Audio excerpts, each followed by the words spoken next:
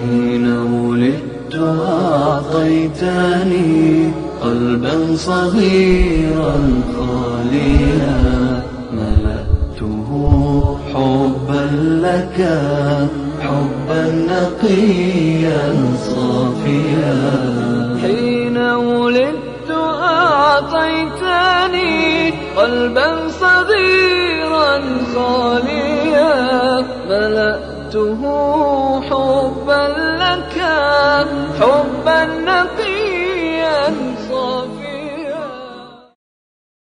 بیننده گرامی السلام علیکم و رحمت الله، بفرمایید. خواستم تبریک بگم که انشالله شما در کنار شبکه کلمه و نور و رسال فارسی بتونید که بالاخره مردم رو دعوت کنید به توحید، چون خود منم البته یک شیعه بودم که 4-5 ساله که با خوندن قرآن موحد و مسلمان شدم. ماشاءالله ماشاءالله. البته اون زمان حالا این شبکه ها نبود که استفاده کنیم، ولی خب خدا توفیق داد. ولی خب الان شکر میکنم که بالاخره این شبکه ها اومده و افراد بیشتری رو میتونه به اسلام و به توحید واقعی بیاره. خدا توفیقتون بده انشاءالله. شما رو خدا میسپارم. خدا نگهدار. زنده باشید. خیلی ممنون بیننده عزیز و گرامی. بله بفرمایید. راستش بنده وقتی که همچون افرادی تماس میگیرن که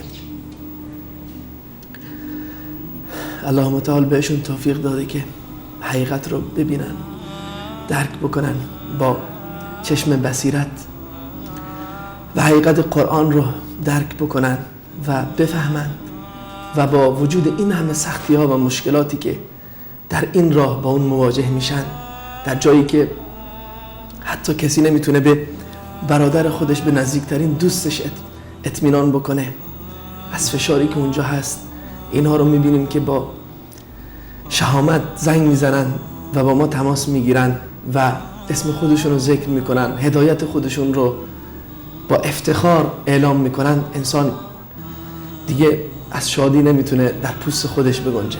از الله متعال میخوایم که این افراد رو ثابت قدم بگردونه و به ما هم اخلاص نصیب بکنه که بتونیم خدمتگزار تمامی برادران و خواهران اهل سنت و اهل تشیع و فارسی زبان و حتی دیگر ادیان باشیم تا بتونیم حقیقت رو به اونها برسونیم. کسانی که حرف ما رو میفهمند، کسانی که زبان فارسی رو میفهمند، الله به ما توفیق بده که بتونیم حقیقت رو به اونها برسونیم و آنها را از گمراهی و ضلالت دور.